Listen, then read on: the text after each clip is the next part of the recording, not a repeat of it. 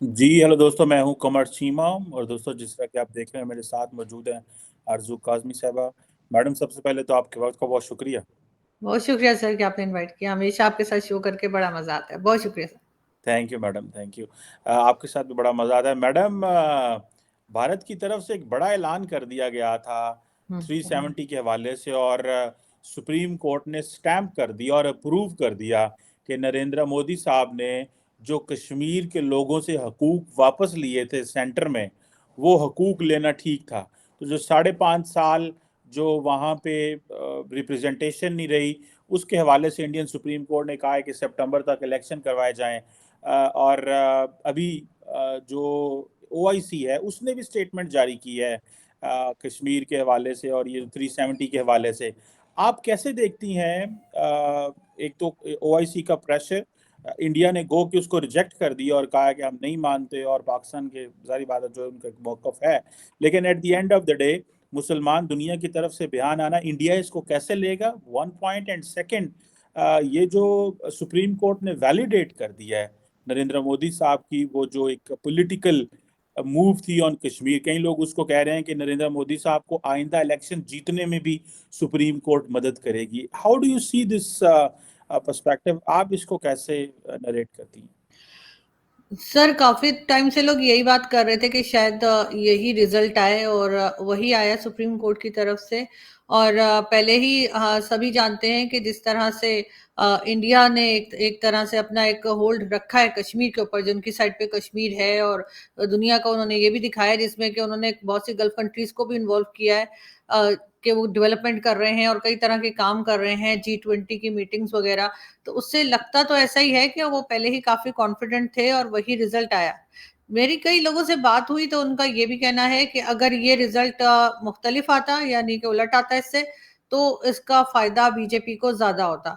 इसलिए कि वो एक हमदर्दियां चली जाती उनके साथ कि देखो जी ऐसा हो गया, कश्मीर को तो साथ मिला रहे थे, नहीं हो पाया।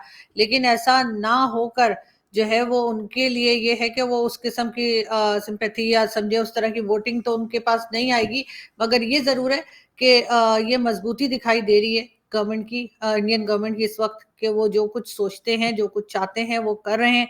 और मेरा ख्याल है ये ठीक भी है। वहां पे जो जितना काम उन्होंने करवाया है, कई लोगों ने कहा कि बताया भी, आपसे पहले भी डिस्कशंस रही हैं कि कश्मीर में काफी काम हुआ है और कई तरह के प्रोजेक्ट्स भी चले हैं। तो उसको देखते हुए मेरा ख्याल है कि उनका जो फैसला है उनकी अदालत का, वो सही है और यही होना चाहिए था। ओआईसी की जहां तक बात है तो यकीनन पाकिस्तान ने प्रेशर डाला होगा, तो ओआईसी ने एक स्टेटमेंट दे दिया और उसको उसकी कोई खास अहमियत नहीं ली जाएगी भारत में। क्योंकि उनके चाहे फॉरेन मिनिस्टर हों चाहे प्राइम मिनिस्टर हों, वो पहले ही हर बात पे काफी सख्ती के साथ बात करते हैं और उनका ये कहना है कि जो फैसला भी वो करेंगे वो उनका अपना होगा। वो किसी के प्रेशर में आके बात नहीं करेंगे। चाहे उससे पहले रशियन ऑयल की बात हो या किसी कंट्री के साथ बात हो, उन्होंने ना कभी अमेरिका की बात सुनी ना किसी और की। और अब तो सबसे ज्यादा जाहिर है पैसे से फर्क पड़ता है। पैसा भी है उनके पास, तो मुझे नहीं लगता कि ओआईसी के किसी तरह के स्टेटमेंट से भारत की गवर्नमेंट को कोई फर्क पड़ने वाला है। बल्कि यही है कि जो बहुत से लोग कहते हैं कि जी ये जो अगली जंग होगी वो इस तरह से नहीं होगी कि जो टैंक या हथियारों के जरिए हिंदुस्तान पाकिस्तान की, वो ऐसा ही होगा कि डेवलपमेंट करके और अपना काम दिखाकर जो है भारत जो है वो बगैर गोली चलाए, बगैर कोई हमला किए ही जो है वो कश्मीर को जीत लेगा। और लग यही रहा है क्योंकि हमारी तरफ कोई काम नहीं किया जा रहा और उनकी तरफ जो है वो काफी प्रोग्रेस दिखाई देती है। मैडम, एक होता है प्रोग्रेस दिखाना। अब बहुत सारे कश्मीरियों का कहना यह है कि उनको दबाया जा रहा है। मिसाल के तौर पे जिस दिन 370 के हवाले से सुप्रीम कोर्ट का फैसला आना था, तो जो लीडरशिप थी उनको घरों में नज़रबंद कर दिया गया था। ये जो नज़रबंद कर देना, उमर अब्दुल्ला को इतने साल नज़रबंद करके रखा है, ये आप समझती हैं is this a right method एक डेमोक्रेसी को जो है वो लोगों के हकूक बुनियादी छीन ले, लीडरशिप को जेलों में डाल दे और कहे जी हम इलेक्शन नहीं करवाते? ये तो शॉर्ट टर्म अरेंजमेंट है ना। लॉन्ग टर्म अरेंजमेंट क्या है उनके पास? मोदी साहब, कई लोग कहते हैं खौफ का इस्तेमाल करते हैं, जेलों में डालते हैं, फौज का इस्तेमाल कर रहे हैं। तो ये आपको लगता है कि ये स्ट्रैटेजी मोदी साहब की कामयाब रही है, इसीलिए जो है वो किसी हद तक चीज़ें जो है वो पुरसकून है कश्मीर के अंदर? सर हो सकता है कि मोदी जी जो है वो फौज का इस्तेमाल करते हो, लेकिन हमारे यहाँ तो उल्टा है ना, हमारे यहाँ तो फौज इस्तेमाल करती है। लेकिन ये जरूर है कि जिनकी आप बात कर रहे हैं वो लोग तो अपनी जो वीडियोस थी वो अपलोड कर रहे थे सेम उसी दिन जिस दिन ये उसका सुप्रीम कोर्ट का फैसला है। उस दिन उनकी डिफरेंट वीडियोस सामने आई हैं, और जाहिर है कि अगर उन्हें नजरबंद किया गया होता तो फिर वो इस वीडियो तो नहीं डाल सकते। और उस वीडियो में कहीं जिक्र तो करते कि नजरबंद है, उसमें से किसी ने नहीं कहा कि हम हाउस अरेस्ट हैं। वो सिर्फ यही बताते रहे कि उनको फैसला सही नहीं लगा और ठीक नहीं हुआ, जो भी उनका ओपिनियन था। लेकिन सर आप देखें इतने टाइम से जब से 370 हटाया गया है, वहां पर जो एक हंगामा रहता था, हर वक्त का लड़ाई झगड़ा रहता था, पत्थरबाजी होती थी, लोग बहुत मारे जाते थे, वो सब तो बंद हो गया है। तो इस तरीके से लगता तो यही है कि उन्होंने अगर ऐसा किया है तो ठीक किया है। मगर ये जरूर है कि जो लीडरशिप वहां की है तो जाहिर है वो भी कुछ ना कुछ खा खा कमा रहे होंगे ना। जो हमारे यहाँ के लीडर्स करते हैं उससे अलग लीडर तो नहीं है हिंदुस्तान के। तो हो सकता है उनको ये नुकसान हो रहा हो, तो वो चाह रहे हो कि उनकी चौधराहट जो है वो खत्म होती होती नजर आ रही होगी। इस वजह से चाहे वो उमर अब्दुल्ला हो, चाहे महबूबा मुफ्ती हो, उन सबको ये चीज बुरी लग रही है, और इसीलिए वो तरह तरह के जो है वो स्टेटमेंट्स दे रहे हैं। नहीं, वो तो आपकी बात सही है, वो स्टेटमेंट्स तो दे रहे हैं, लेकिन लार्जली आप ये 5.5 साल लोगों को बुनियादी डेमोक्रेटिक राइट ना देना, do you think this was justified, जिसको सुप्रीम कोर्ट ने भी क्रिटिसाइज किया है? सर कौन सा राइट नहीं मिला? मैंने तो नहीं देखा कि कोई राइट उनका रोका गया हो। उनको तो हर सबसे तरह के। बुनियादी जी। जो सबसे बुनियादी राइट होता है कि आप अपनी मर्जी के रिप्रेजेंटेटिव असेंबली में भेज सकें और आपके जो फैसले हैं वो आपकी लेजिस्लेटिव असेंबली कर सके, तो वो बुनियादी राइट की बात होगी। सर वो तो आप भी कह रहे हैं ना कि उनके कोर्ट ने कहा है कि इलेक्शंस करवाएं, तो वो इलेक्शंस तो होंगे। और बाकी उन्होंने जाहिर है कि हिंदुस्तान के साथ मिला दिया, पहले उसका एक अलग स्टेटस था वो खत्म किया गया है, उसको बाकी हिंदुस्तान के साथ जोड़ दिया गया है। और इलेक्शंस तो होंगे जो वो कह रहे हैं, उनके सुप्रीम कोर्ट भी कह रही है, वहां के लोग भी कह रहे हैं। तो इस लिहाज से मुझे तो नहीं लगता कि कोई खास लोगों के राइट्स जो है वो दबाए जा रहे हैं। जो पहले इंटरनेट वगैरह की प्रॉब्लम हम देखते थे कि वहां पे इंटरनेट नहीं चलता था, बहुत से हमारे शोज भी ऐसे हुए जिसमें जिक्र किया गया कि कश्मीर में इंटरनेट बंद है, तो वो भी अब ओपन हो गया है। वहां पे टूरिस्ट भी जाना शुरू हो गए हैं, कई तरह की लोगों ने जो है वो वीडियोस भी लगाई हैं, जिसमें कर्नल शैलेंद्र सिंह जो है आप भी जानते हैं, वो उन्होंने भी कश्मीर में जाके और वहां से कई वीडियोस बना के भेजी थी कि उसमें इंटरनेट भी चल रहा था, लोग जो थे वो शॉपिंग मॉल्स में या जो शॉपिंग एरियाज है वहां पे चलते फिरते भी दिखाई दे रहे थे। तो एक नॉर्मल लाइफ जो थी वो दिखाई दे रही थी। वो जो पहले होता था सन्नाटा है, शटर गिरे हुए हैं, वो सब नहीं है। तो अगर कोई चीज अच्छी हो रही है तो मेरा ख्याल है कि उसको अप्रिशिएट करना चाहिए। बाकी पाकिस्तान के साथ जो डिस्प्यूट है वो अपनी जगह पर है, उसके लिए पाकिस्तान को और भारत को जरूर बैठ के बात करनी होगी और उस इशू को सॉल्व करना होगा। ओआईसी वाले कुछ नहीं कर सकते, ओआईसी की बात का कोई इतना असर मेरा नहीं ख्याल के इंडियन गवर्नमेंट लेगी। मैडम, पाकिस्तान का मौक़िफ़ इसमें ये आया था कि जो पाकिस्तान के फॉरेन मिनिस्टर ने भी दिया था कि कश्मीर एक डिस्प्यूटेड टेरिटरी है, ये यूएन सिक्योरिटी काउंसिल के एजेंडे पे रही है 70 साल। ठीक है, तो जब एक इशू के ऊपर यूएन सिक्योरिटी काउंसिल का एजेंडा हो, अमेरिका हो, बरतानिया हो, यूरोपियन यूनियन हो, वो इसे एक बायलैटरल डिस्प्यूट कह रही हैं दोनों मुल्कों के दरमियान, तो हाउ कम इंडिया के अंदर उसके ऊपर यूनिलैटरली सिंगल हैंडेडली फैसला किया जाता है, जबकि इंटरनेशनल अदारों में तो वो एक डिस्प्यूटेड इशू है। सो डू यू थिंक कि इंटरनेशनल अदारों की अहमियत ख़त्म हो गई है, भारत उनको उनकी परवाह नहीं करता, या कि आप समझती हैं कि पाकिस्तान का केस क्योंकि इंटरनेशनली कमज़ोर हुआ है तो इसलिए भारत ने इंटरनेशनल जो लॉज हैं उनकी वायलेशन करते हुए उसको जो डोमेस्टिकली अपने हक में कर लिया? सर पाकिस्तान का केस भी कमजोर हुआ है। पाकिस्तान की ज़ाहिर इकोनॉमी जहां चली गई और पाकिस्तान की जो हालत हुई बीच में, तो बिल्कुल ऐसा लग रहा था कि बहुत ज्यादा हालत खराब है। तो वो सब देखते हुए पाकिस्तान की कोई बात सुनता भी नहीं है और कोई सुनना चाहता भी नहीं है। अगर बेशक सही भी कह रहे हो तो लोग उनकी बात को कोई अहमियत नहीं देते। इसीलिए जो है वो मुझे नहीं लगता कि इंडिया को किसी तरीके से भी प्रेशराइज किया जा सकेगा या कर पाएंगे पाकिस्तान की तरफ से कि जी आप जो है वो कश्मीर हमें दे दें, जो हम कहते रहते हैं ना कि जी हमारी शहर अग है। तो इस तरह की कोई बात मुझे तो नहीं लगती, इसलिए कि अगर आपने कोई बात लेके जानी, बहुत बार गए सर यूनाइटेड नेशन में, तो नवाज शरीफ भी जाते रहे हैं, इमरान खान भी जाते रहे हैं, जो प्राइम मिनिस्टर आता है वो वहां जाके कश्मीर कश्मीर करता है, लेकिन होता क्या है, कोई फर्क नहीं पड़ता। करते ना, अभी क्या आगे 200 साल और करते ना, कुछ नहीं होने वाला। लेकिन सारी बात ये है कि अगर उन्होंने वहां पे डेवलपमेंट अपनी ज्यादा कर ली, जो अभी स्टार्ट हुई है, बहुत ज्यादा कर ली, और यहाँ पे कुछ ना हुआ, हमारी तरफ के कश्मीर में कुछ ना हुआ, तो फिर और क्या मुंह लेकर जाएंगे यूनाइटेड नेशन में? वो कहेंगे अच्छा आपको ये कश्मीर भी दे दें ताकि आप उसका भी यही हाल कर दें जो यहाँ पर किया है। यहाँ पे तो अगर आप कभी गए हो तो ना रोड्स ठीक है, ना बाकी कोई फैसिलिटी है, इंटरनेट भी नहीं चलता, मोबाइल सर्विसेज भी बंद हो जाती हैं। मैंने तो खुद एक वीडियो बनाई है जो कि मुझे कंपनी ने कहा था, मेरे साथ और भी कई लोग थे, कई जर्नलिस्ट थे जो कि यूट्यूब चलाते हैं, तो उन्होंने कांटेक्ट किया था कि जी हमें टावर नहीं लगाने दे रहे, हमसे पैसे ज्यादा मांग रहे हैं। गवर्नमेंट की बात हो रही थी, उस वक्त इमरान खान की गवर्नमेंट थी। तो हमारे यहाँ तो ये सारी प्रॉब्लम्स हैं। उसके बाद हम कहते हैं कि जी हमें उधर का कश्मीर भी दे दें। यहाँ पे क्या कर लिया जो वो उसको लेके उधर को ही हम कारनामा दिखा देंगे। लेकिन बहरहाल इस वक्त भारत जिस पोजीशन पे है, अगर पाकिस्तान चाहे भी तो कुछ नहीं बिगाड़ सकता। अच्छा, तो ये मीन्स कि ये भारत की अपनी स्ट्रेंथ ज़्यादा है, जो इंटरनेशनल लॉ के रिलेटेड जो आर्टिकल्स थे कश्मीर पे, वो तो अपनी जगह पे खड़े हुए हैं, उन पे ऊपर तो कोई नहीं, क्योंकि बैन अवी जैसे यूएस स्टेट डिपार्टमेंट ने इसको एक डिस्प्यूटेड टेरिटरी कहा हुआ है।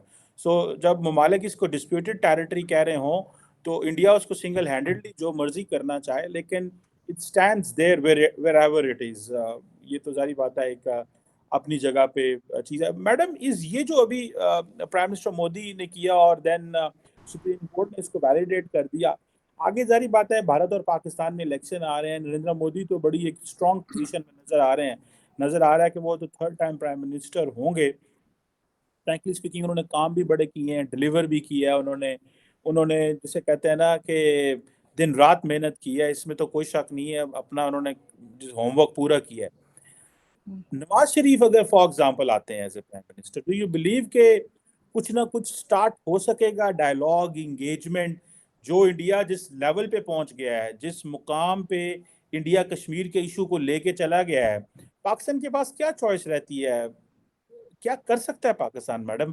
कोई मुझे नहीं लगता कि इंडिया कोई कंसेशन देगा कि इसको रिवर्स करे, सो एंड सो। अब तो सुप्रीम कोर्ट ने भी उसके ऊपर मोहर और ठप्पा लगा दिया है। हमारे लोग बेशक बाहर जो मर्जी बातें करें, बंद कमरे में तो यही कहते होंगे इसको रिवर्स कराना इज ए डिफिकल्ट जॉब। सो क्या ऑप्शंस रह जाती हैं फॉर एग्जांपल, आप समझती हैं आइंदा आने वाले वजीर आजम के पास? एज इट इज चलते रहें और चीजें डिस्कस करें, या आके इसको थोड़ा बैक बर्नर पर डाल दें? What do you make of that for Nawaz Sharif? कैसे एंगेज करेंगे मोदी साहब के साथ इन दीज सर्कमस्टांसेस? सर अगर आपको याद हो तो जनरल बाजवा ने भी कहा था कि कश्मीर इशू को जो है 10-20 साल के लिए छोड़ दिया जाए और बाकी चीजों पे बात की जाए। मुझे लगता है नवाज शरीफ उसी लाइन पे चलेंगे, और नवाज शरीफ आ गए तो डेफिनेटली इंडिया के साथ टर्म्स बेहतर होंगे, बातचीत भी होगी, ट्रेड भी होगी। और ये बात एक नहीं, बहुत से लोगों ने मुझे कही है, और बहुत इंडिया पाकिस्तान दोनों साइड से ये बात की गई है कि बिल्कुल ऐसा होने जा रहा है और ऐसा ही होता हुआ दिखाई देगा। उसके लिए जो उन्होंने कहा था, डॉक्टर जयशंकर और दूसरे मिनिस्टर जो कह रहे थे कि टेररिज्म को रोकना होगा, तो पाकिस्तान वो भी रोकेगा। और अभी भी कहीं ना कहीं यही कोशिश जारी है कि टेररिज्म को कम किया जाए या रोका जाए किसी तरीके से। उसके बाद नवाज शरीफ साहब की और मोदी जी की आई डोंट नो कि क्या केमिस्ट्री है, लेकिन दोनों की जो है बड़ी बनती है। और कहीं ना कहीं जाकर लगता ऐसा ही है, क्योंकि अभी भी जब नवाज शरीफ साहब वापस आए तो उन्होंने बड़ी रिस्पेक्टफुली जो है वाजपेयी साहब की और मोदी जी का नाम लिया। उन्होंने बाकायदा दोनों के नाम के साथ साहब लगाया कि वो साहब आए हमारे यहाँ। इमरान खान का लहजा और इमरान खान की बात आप सुन चुके हैं, वो किस तरीके से प्राइम मिनिस्टर का नाम लिया करते थे, इंडियन प्राइम मिनिस्टर का। तो ये एक बड़ा जरूरी चीज होती है कि आपकी बेशक जितना मर्जी आपकी नाराजगी चल रही हो या डिस्प्यूट चल रहा हो, जब आप किसी प्राइम मिनिस्टर का नाम लेते हैं, उनकी बात करते हैं, तो आप रिस्पेक्टफुली नाम लेते हैं। लेकिन इमरान खान के टाइम में अनफॉर्चुनेटली ऐसा नहीं था। नवाज शरीफ साहब ने आकर नवाज शरीफ साहब को लाया भी सुनाया इसीलिए गया है कि जो जो वो चौथी बार उनको लेकर आए हैं और कहा जा रहा है कि प्राइम मिनिस्टर बनाएंगे, तो उसमें एक एजेंडा जो उनको दिया गया है वो इंडिया का भी है, और उसमें काफी वो एक्सपर्ट समझे जाते हैं। तो यकीनन वो बात करेंगे, और दोनों प्राइम मिनिस्टर्स दोबारा एक बार फिर मोदी जी भी वहां पर एज अ प्राइम मिनिस्टर आने के काफी चांसेस हैं, और इधर नवाज शरीफ साहब के।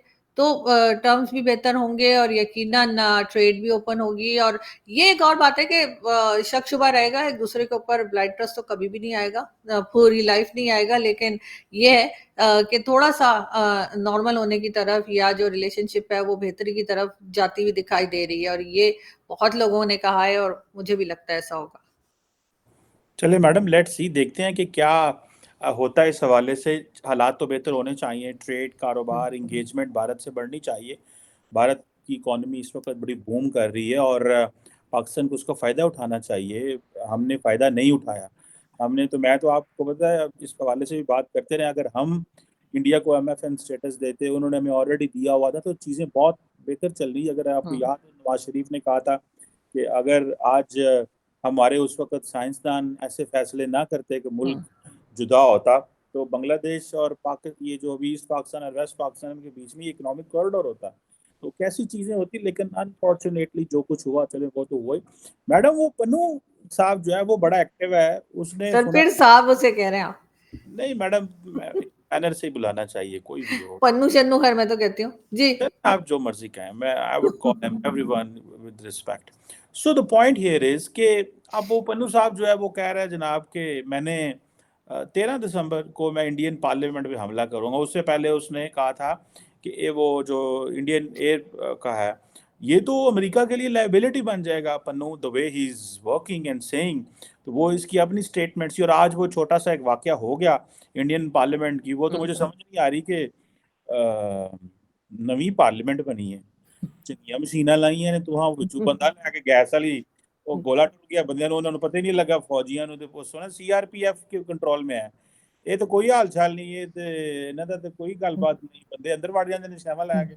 और वो मिनिस्टर साहब BJP का मिनिस्टर है जिसने उनको अंदर भेजा है। मैडम, ये पन्नू तो अंदर बड़े हैं इन्होंने दे।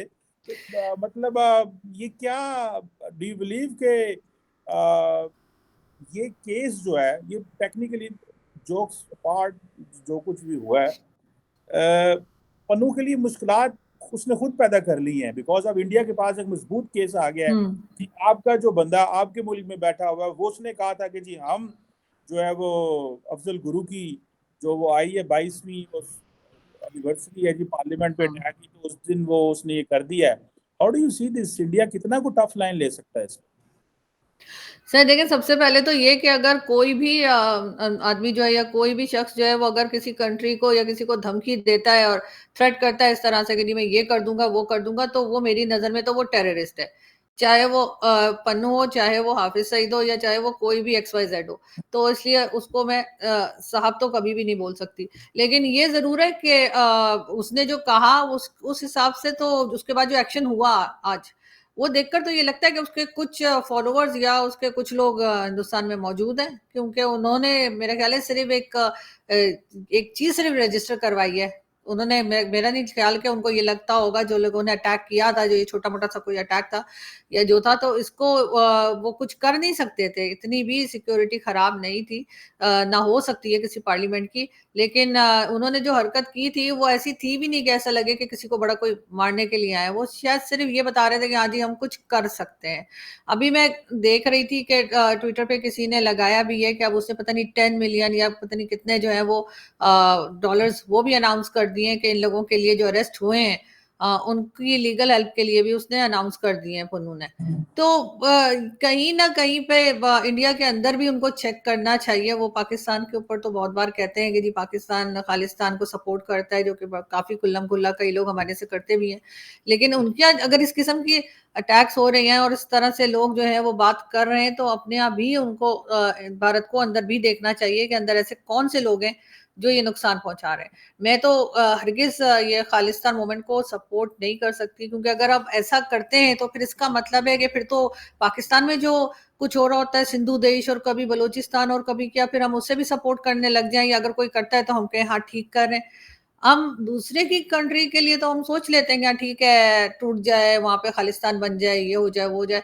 हमारे यहाँ अगर कोई भारत से कोई बात कर देता है तो बड़ा में जोश आ रहा होता है, कैसे कैसे बलूचिस्तान का नाम ले लिया, ऐसे कैसे सिंध का नाम ले लिया। लेकिन ये भी है कि अगर वो खालिस्तान की इतनी ही सपोर्ट कर रहा है पाकिस्तान, तो फिर ये भी याद रखें कि वो तो लाहौर तक आने को कह रहे थे। और अगर लाहौर तक आएंगे तो पंजाब का एक बड़ा हिस्सा तो यहाँ पर भी है, खालिस्तान तो यहाँ भी बनाया जा सकता है। भारत में ही सिर्फ क्यों, या दिल्ली में ही, बल्कि दिल्ली में क्यों बना रहे हो तो मुझे समझ ही नहीं आ रही। लेकिन हाँ, ये जरूर है कि ये जो छोटा मोटा सा कोई अटैक था, इसको देखकर ट्विटर पे मैंने काफी उसकी वीडियोस देखी हैं, कि मुझे कोई मजाक ही लग रहा था वैसे जो कुछ हुआ था। लेकिन इसमें मुझे इतनी कोई सीरियस बात नहीं लगी। लेकिन हाँ, अगर इंडिया चाहे या भारत चाहे तो यकीनन इस इशू को जो है वो इंटरनेशनल लेवल पे ले जा सकता है, कि देखें जी, ये आदमी अमेरिका में रहता है, अमेरिका इसको सपोर्ट कर रहा है, सब कर रहा है, और ये यहाँ पे इस किस्म के अटैक्स करवा रहा है। मगर उसमें कांग्रेस का नाम भी आ रहा था बीच में कहीं ना कहीं। वो जो थी, एक मैडम थी, वो कांग्रेस की थी शायद, if I am not wrong. मुझे तो नहीं पता, मैंने इतना नहीं देखा वो। उनके, क्योंकि उनकी पिक्चर लगी हुई थी और पीछे पता नहीं कांग्रेस का फ्लैग था, और इस किस्म की कोई चीज चल रही थी। आपने मैडम वो देखी थी वो मीडिया रिपोर्टिंग? मतलब कमाल है कर दिया मैंने। वो इंडियन मीडिया जो फिर अपनी वो जो स्टूडियो में चीजें करते हैं वो तो करते ही हाँ, करते हैं, लेकिन हर बंदा उस स्मोक कैनिस्टर को पकड़ के तो हाँ, अपनी वीडियो जो है वो जारी करवाना चाहता था। तो बिल्कुल। वो एक बंदा जो था, वो पता नहीं मुझे कौन से टीवी से था, तो वो उसने वो पकड़ा हुआ, तो उसके पीछे भाग रहे हैं सारे, हमें दे दो हमें दे दो, हमने भी अपना लाइव करना है।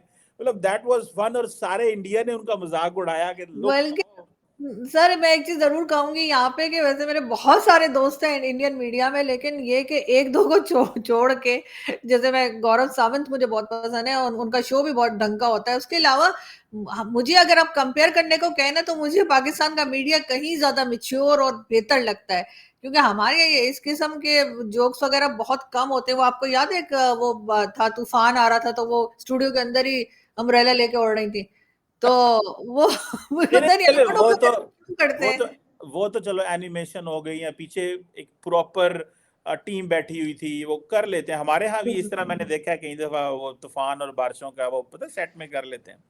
लेकिन मैडम वो कम जो, होता है, कम होता हाँ है। लेकिन कम होता है। लेकिन ये जो, ये बेसिकली ये that is the IQ level of a ground reporter. और हाँ। उसके ऊपर प्रेशर नजर आ रहा है कि हम्म। उसको कहा जा रहा है कि एक्सक्लूसिव स्टोरी लेके आओ। वो जो न्यूज रूम से प्रेशर आ रहा होगा, एडिटर से आ रहा होगा, जहां से भी जो भी है, लेकिन एक वो प्रेशर नजर आ रहा था। वो मैंने देखा है, खातून थी, पता नहीं टीवी 18 के कौन से थी, तो वो भी उससे छीन रही थी कि मैंने दे दे मैनो। और वो सारे हंस रहे हैं, मजाक उड़ा रहे हैं।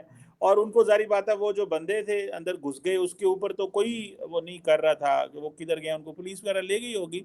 बट द पॉइंट इज के वो जो जो सीन बना, उसको इंडिया में, पाकिस्तान ने, पूरी दुनिया ने एंजॉय किया कि लुक हाउ इंडियन मीडिया। हाँ। लेकिन मुझे, मैं एक बात बताऊं, इस on a serious note, forget but वो लोग क्या कर रहे थे, ऑन अ सीरियस नोट मुझे ऐसे लग रहा था कि जो इंडिया के अंदर रेटिंग्स का इतना मसला है, कि वहां पे जो जर्नलिस्ट ऑन ग्राउंड रिपोर्टर है उसके ऊपर बड़ा प्रेशर है। That tells, because market depth बड़ी है, कंपटीशन बहुत ज्यादा है, टीवी स्टेशन वहां पे बहुत ज्यादा है, हिंदी इंग्लिश। हमारे यहाँ तो खैर इंग्लिश टीवी कोई नहीं है स्वाय पीटीवी वर्ल्ड के, लेकिन इंडिया के अंदर क्योंकि मार्केट बड़ी है, मिडिल क्लास बड़ी है, इंग्लिश सुनने वाले भी हैं, इंटरनेशनल कम्युनिटी भी देखती है। लेकिन जो वो उस रिपोर्टर के ऊपर प्रेशर है, वो वो बता रहा था। और प्लस मेरा ख्याल है कई दफा रिपोर्टर्स को ये भी बड़ा शौक होता है कि हम जरा एक्सक्लूसिव चीज करें, ठीक है, तो वो उसको पकड़ पकड़ के चल रहा था और वो लाइव ला रहे थे, तो दैट वाज फन। बिल्कुल सर, ऐसे ही होता है सर, क्योंकि कंपटीशन बहुत ज्यादा है, चैनल्स बहुत ज्यादा है भारत में, एक से बढ़कर एक, सब सब आपस में लगे होते हैं कि पहले हम खबर को लेकर आ जाए। जैसे हमारे यहाँ भी होता है, इतने ज्यादा चैनल्स तो नहीं है हमारे यहाँ जैसे भारत में, लेकिन फिर भी एक कंपटीशन रहता है कि कौन पहले न्यूज को ले आए। अब आप यूट्यूब को ही देख लीजिए, यहाँ पर भी अजीब अजीब तरह के ना, मैं देखती हूँ कभी कुछ लोग जो हैं वो रोड पे निकल के बात कर रहे हैं, और फिर उसके बाद वो पब्लिक से पूछ रहे हैं कि जी बताइए इंडिया के बारे में या इंडियन प्राइम मिनिस्टर के बारे में। तो एक आध बार तो मैंने किसी से कहा कि prime minister, Indian prime minister ने देखा तो बेचारे रो पड़ेंगे, कहेंगे बस कर दो यार, मेरा पीछा छोड़ दो तुम लोग। तो वो इतनी तारीफें रोड पे खड़े होके या कुछ भी, तो वो कंपटीशन भी ऐसा है ना कि लोगों को ऐसा करना पड़ता है। तो यही इंडियन मीडिया के साथ भी है कि यकीनन एक दूसरे से आगे निकलने की रेस में, और वो सारे वो चैनल थे जिसमें हम लोग भी जाते रहते हैं, उन्हीं के रिपोर्टर्स थे, और वो खड़े होकर अजीब अजीब हरकतें कर रहे थे। मुझे भी बहुत हंसी आई, लेकिन ठीक है, बेचारे मजबूर हैं। वो एक होता है कि आप जॉब कर रहे हैं, अभी तो यूट्यूब पे तो आप खुद बॉस है ना, आपको पता है मैंने क्या करना है। लेकिन अगर आप किसी के साथ काम कर रहे हो तो जाहिर है जो कहा जाएगा के ऊपर जो लोग होते हैं उनकी तरफ से, तो फिर वही करना पड़ता है जॉब बचाने के लिए। लेकिन बहरहाल थोड़ा सा सीरियस हो जाना चाहिए इंडियन मीडिया को, इसलिए कि इस किस्म की हरकतें बहरहाल अच्छी नहीं लगती किसी भी जर्नलिस्ट के ऊपर। एक मैंने देखा था सर, पहले इनके यहाँ ना फिल्म एक्ट्रेस होती थी श्रीदेवी, उनकी जब डेथ हुई थी श्रीदेवी की, तो वो दुबई में किसी होटल में जो थी वो टब में उनकी डेथ हुई थी ना, तो वो पूरा टब बना दिया था उन्होंने सेट के ऊपर, और पता नहीं क्या दिखा रहे थे, मतलब इतना मुझे अजीब लगा कि यार किसी की डेथ हो गई है, आप अजीब मतलब वो बना रहे हैं। लेकिन इंडिया में बहरहाल मीडिया थोड़ा सा नॉन सीरियस है। अब डॉन सीरीज भी है, और एक सारी बात है, एक मीडिया बहुत अच्छा है। जो आप देखें ना कि बहुत सारे इंडियन जर्नलिस्ट जो हैं वो गजा में, यूक्रेन में वॉर कवर करने गए हुए थे, इस लेवल तक भी नहीं इंडियन मैंने आप मीडिया इन्वेस्ट कर रहा है, नहीं इन्वेस्ट कर रहा है अपने बिल्कुल।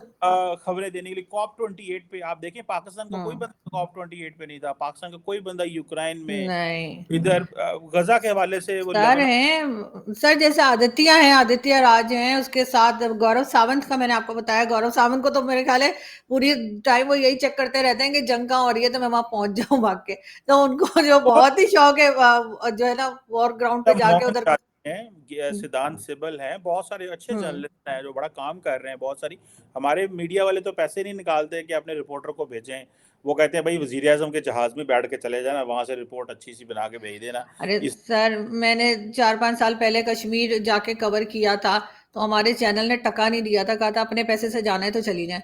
तो मैं खुद भी गई थी, अपने साथ कैमरामैन और प्रोड्यूसर के भी सारे खर्चे मैंने खुद ही किए थे। तो यहाँ पे कहाँ चैनल्स देते हैं, कोई पैसा नहीं देते। बिल्कुल सही है। Thank you very much madam, thank ये यू। टॉकिंग आपके बात का बहुत शुक्रिया। बहुत शुक्रिया सर, थैंक यू।